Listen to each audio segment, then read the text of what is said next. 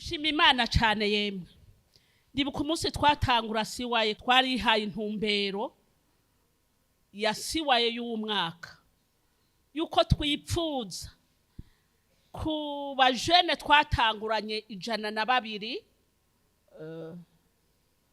yuko hari intumbero muri iki gihe gitoya dufise cyo muci yuko tuzoshikira abana bangahe. Ibihumbi bingahe?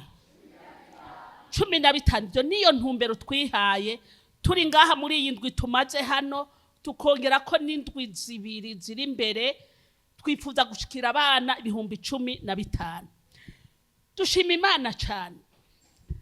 Tubwira abavyeyi, tubwira inshuti, tubwira abandi.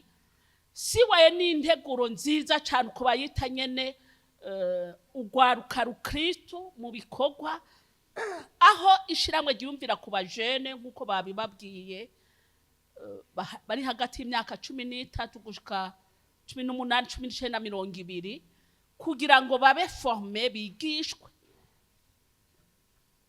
ingene bashobora kuza kuvuga ubutumwa bwiza mu kibano mu mashengero ahantu hatandukanye. Ni programa y'ikibiriraho sibyo gayeme, ni programa dukora nk'abasirikare nyene ba Yesu, ni ikintu bwitange bukomeye, ariko intumbero yacu nta yindi nuko abana babwirwa ubutumwa bwiza bwaho hantu tuba turiko turakorera.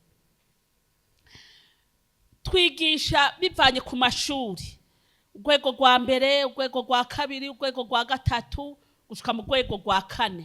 Nukuvuga ni imyaka 4 hagati mu buruhuko, burya buruhuko bukuru tuba turiko muri grande vacances, abantu bakaza bakigishwa hafi 2 semaines bari formé, hanyuma bahejeje nukuvuga ku rwego rwa 4. Abo bantu tuba dusohoye barize izo nivo zose gushika mu rwego rwa 4 abarabarongozi. Mwababonye abo twasohoye mu mwaka wa 2023 ubu dusigaye twicarana baradukosora nkuko BF yabivuze baterega akakantu ntiwagakoze ukibaza tunona kayagakuye ni kakandi twamwigisha ubagaruka natwe kugirana kutubwira bati aha bigenda gutya. Aba ntimubona bamubona baronse impamya bagira baronka impamya bushobozi uyu munsi mu mwakuza muzoba muri ko murigisha abandi namwe mukora ibikorwa nk'abandi ku rugero rwo hejuru kubera tubasohora arabarida arabarongozi abahejeje ico gihe n'abarevera n'abapastori n'abaki mu mashuri hehe n'abavuga butumwa bakomeye. Reka ndabahereze nk'akaro gatoya kubera ibintu byashoboye gukoreka muri iyi ndwi muri misi 10 tumaze ngaha. Twari dufise ibiteramo bigira kuri 25, nukuvuga babandi baduherezaho gukorera hashika kuri 25 mu Nyakabiga, mu Gasenyi, mu Gisandema, hepfo muri Taba n'ahandi. Turiko bari mu ivuga butumwa bw'ivyo biteramo by'imisi 5. Barashoboye gushikira abana barenga 2831 hakizwa abana 2099. Yesu ashimwe cyane. Ubu rero duteranije kuri ya ntumbero yacu twarashikiriye abana bagera 5448 muri imisi 5 turiko turakora. Abana bagere 3683 barakiriye umwami Yesu. Amen. Ngivyo ivyishimo byacu. Ngivyo ibyo mwakoze. Aho gusa ni mutusi 5 turagiye. Uhere kuwa mbere aho tubaye tuzoba turiko tuvuga ubutumwa ku mugaragaro mu biteramo.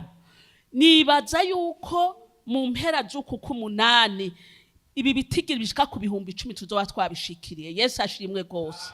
Kwa murazi uko ari raporo muzozana ibyo muzoba mwakoze.